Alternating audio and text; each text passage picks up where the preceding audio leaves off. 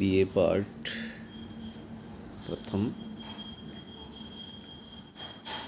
प्रथम प्रश्न पत्र भौतिक भूगोल में मैं आज doctor BL Jat, associate professor geography, government girls college Behror से ऑनलाइन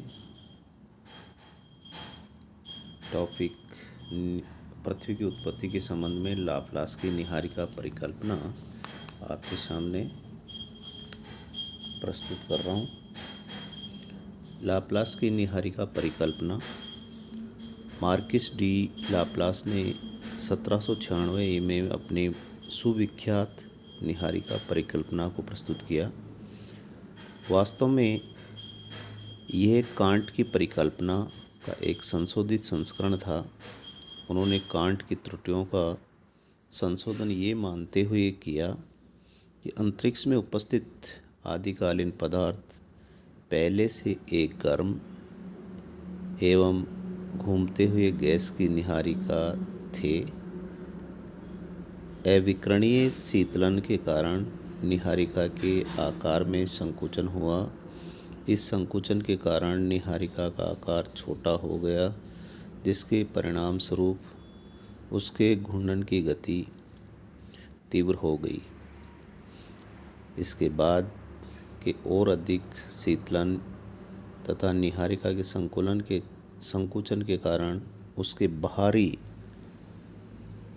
घेरे की अपने भूमध्य रेखीय क्षेत्र में अपकेंद्रीय शक्ति सेंट्रीफ्यूगल फोर्स में बढ़ोतरी हुई, जिसने इसकी मुख्य हिस्से से पृथक कर दिया।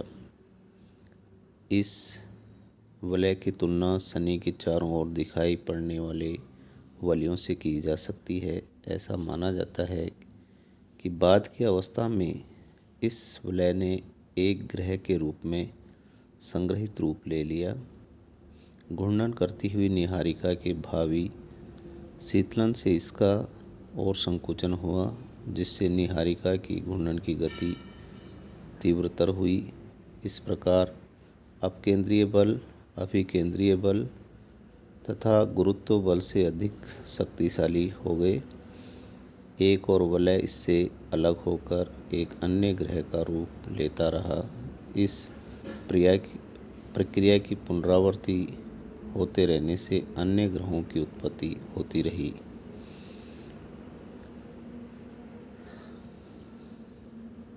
यही प्रक्रिया अन्य ग्रहों पर भी चलती रही, जिसके परिणाम स्वरूप उनके उपग्रह अपना रूप लेते रहेंगे। इस प्रकार निहारिका के केंद्र में शेष बचा भाग सूर्य बन गया। ग्रहों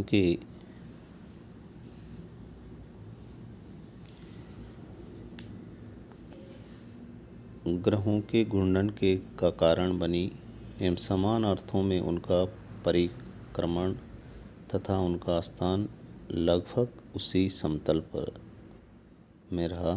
लाप्लास ने इस तथ्य का एक स्पष्टीकरण प्रस्तुत किया कि ग्रहों में से कुछ अपवाद जैसे यूरेनस एवं नेपच्यून को छोड़कर प्रत्येक खगोलीय पदार्थ में परिभ्रमण अथवा चक्कर लगाने की अर्जित गति एक अथवा अनेक समानार्थी अर्थों में होती हैं तथा कई ग्रहीय कक्षाएं लगभग उसी समतल में स्थित होती हैं।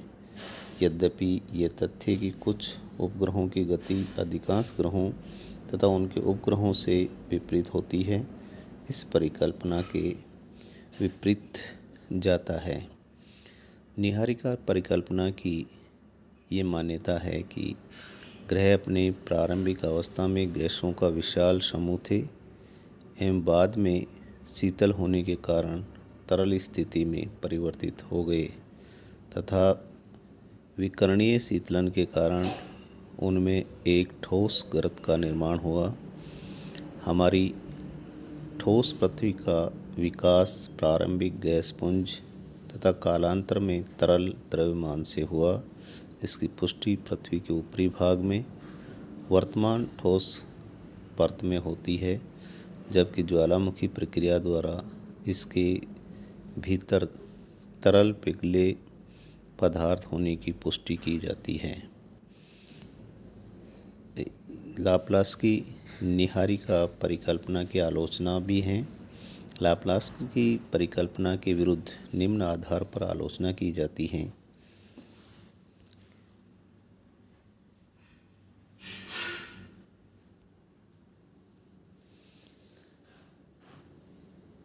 पहला है, इस बात की पूरी संभावनाएं हैं कि किसी मूल नीहारिका से पदार्थ का अलगाव एक निरंतर प्रक्रिया है। ये रुक रुक कर चलने वाली प्रक्रिया नहीं हो सकती, जैसे लाप्लास के द्वारा निवेदन किया गया है। गैसीय नीहारिका के कण बिखरे हुए थे और उसमें परस्पर संबद्धता का अभाव था। अतः इस बात की संभावना अधिक है कि बजाय रुक रुक कर टूटने के इनका विकास एक समूह के रूप में हुआ हो एवं तत्पश्चात ये नीहारिका के मुख्य भाग से अलग हुए हों। दूसरा है, ये संभव हो सकता है कि शीतलीकरण एवं संकुचन के कारण घुमाव की गति का बढ़ना अतीत दो असमान द्रव्यमान वाले तारों के रूप में विकसित हुआ होगा, जिनसे एक दूसरे की कक्षा का निर्माण हुआ होगा, न कि हमारे सौरमंडल की तरह के सौरमंडल का। तीसरा है, लाप्लास की ये मान्यता है कि एक अलग हुए छल्ला एक ग्रह में परिवर्तित हुआ होगा, पर पूरी तरह से विचार नहीं किया गया। इस बात की अत्यधिक संभावनाएं हैं कि अनेक छोटे एवं बड़े ग्रहों का विकास उसी कक्षा में हुआ हो। चौथा है कि यूरेनस और नेपच्यून के उपग्रह सौरमंडल के अन्य ग्रहों की तुलना में एक दूसरे की विपरीत दिशा में घूमते हैं। ये बताने के लिए पर्याप्त है कि सौरमंडल की उत्पत्ति लाप्लास द्वारा परिकलित विधि से नहीं हुई है। पांचवां, लाप्लास इस बात को स्पष्ट करने में विफल रहे कि मात्र 9 ग्रहों का ये निर्माण क्यों हुआ और अधिक का क्यों नहीं। छठा है, हमारे सौरमंडल के सदस्यों के द्रव्यमान, दूरियों तथा गति पर विचार करने से ये स्पष्ट हो जाता है कि उनका वर्तमान कोणीय संवेग, जो प्रारंभिक रूप से नीहारिका में पाया गया था, नीहारिका की घूर्णन की गति में वृद्धि के कारण उसके टूटने का पर्याप्त कारण नहीं हो सकता। ये ध्यान देने योग्य है कि घूर्णन की अधिकता किसी घेरे को बाहर नहीं फेंकेगी जब तक नीहारिका सबसे अंदर के ग्रह अथवा भूत के अंदर संकुचित न हो जाए। कोणीय संवेग के संरक्षण के सिद्धांत के अनुसार कुछ भागों के कोणीय संवेग को संपूर्ण के कोणीय संवेग के बराबर होना चाहिए। ये ज्ञात किया जा चुका है कि मूल नीहारिका का कोणीय संवेग ऐसे तीव्र घुमाव तथा इतनी अधिक अपकेंद्रीय शक्ति के लिए पर्याप्त नहीं था जिसके कारण पदार्थ से छल्ले अलग हो सकें। वास्तव में समस्त ग्रहों का कोणीय संवेग 98% होता है, जबकि सूर्य का कोणीय संवेग मात्र 2% होता है।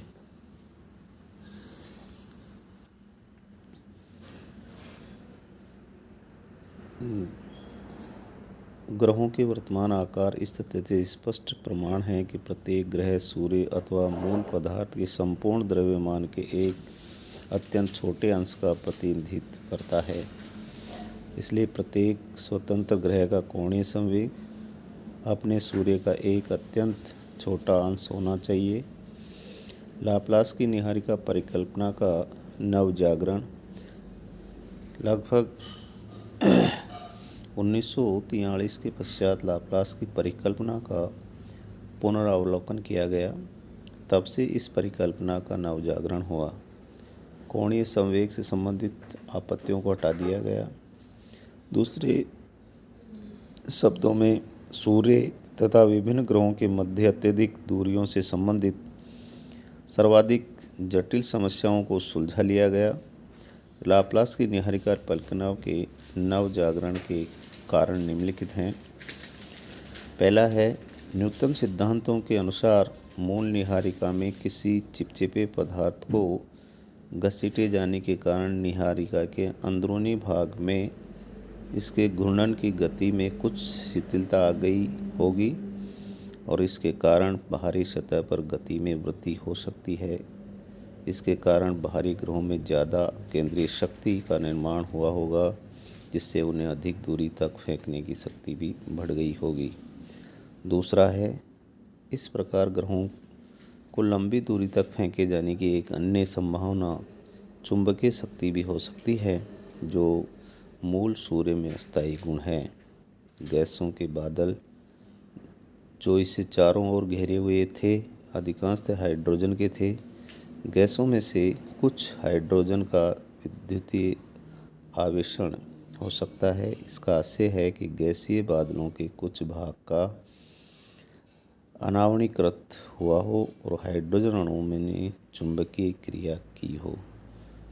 तीव्र गति से घूमते हुए सूर्य ने चुंबकीकृत अणुओं को चारों ओर से घिरी गैसों से घसीटा हो। इसके कारण उसकी अपकेंद्रीय शक्ति बढ़ गई हो सकती है। इस अपकेंद्रीय शक्ति के बढ़ने के कारण सूर्य के चारों ओर के धूल के बादलों के महीन कण आसानी से बाहर फेंके जा सकते हैं। अंदरूनी क्षेत्र में अब सौर मंडल के अंदरूनी ग्रहों के पास बुध, शुक्र, पृथ्वी तथा मंगल अधिक ठोस द्रव्यमान के साथ छूट गए होंगे। तीसरा है, चूँकि सूर्य के संवेग का एक बड़ा गैस के अणुओं में स्थानांतरित हो गया था, अतः सूर्य के घूमने की गति भी धीमी हो गई। परिणामस्वरूप सौरमंडल का मूल पदार्थ दो भागों में बंट गया। पहला भारी क्षेत्र जो गैसों से समृद्ध था और दूसरा अंदरूनी क्षेत्र जो गैस विहीन था परंतु जिसमें ठोस कण थे।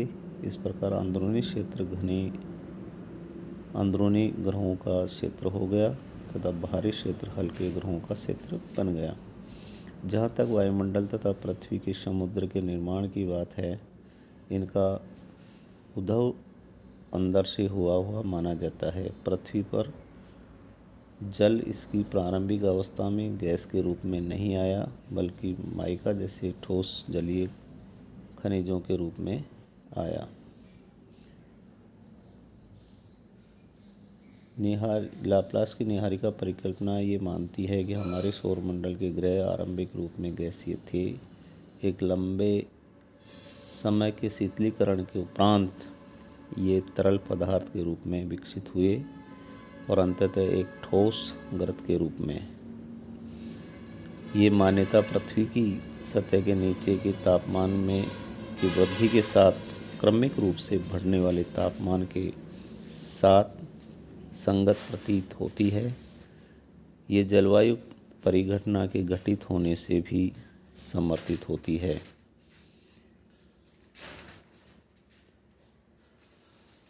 अपने तमाम गुणों अवगुणों के बाद भी नीहारिका परिकल्पना ने एक लंबी अवधि तक लोकप्रियता हासिल की। फिर भी ये परिकल्पना कालांतर में विश्वोत्पत्ति में रुचि रखने वाले अनेक वैज्ञानिकों द्वारा संशोधित की गई। बीए पार्ट फर्स्ट की सभी छात्राओं को धन्यवाद।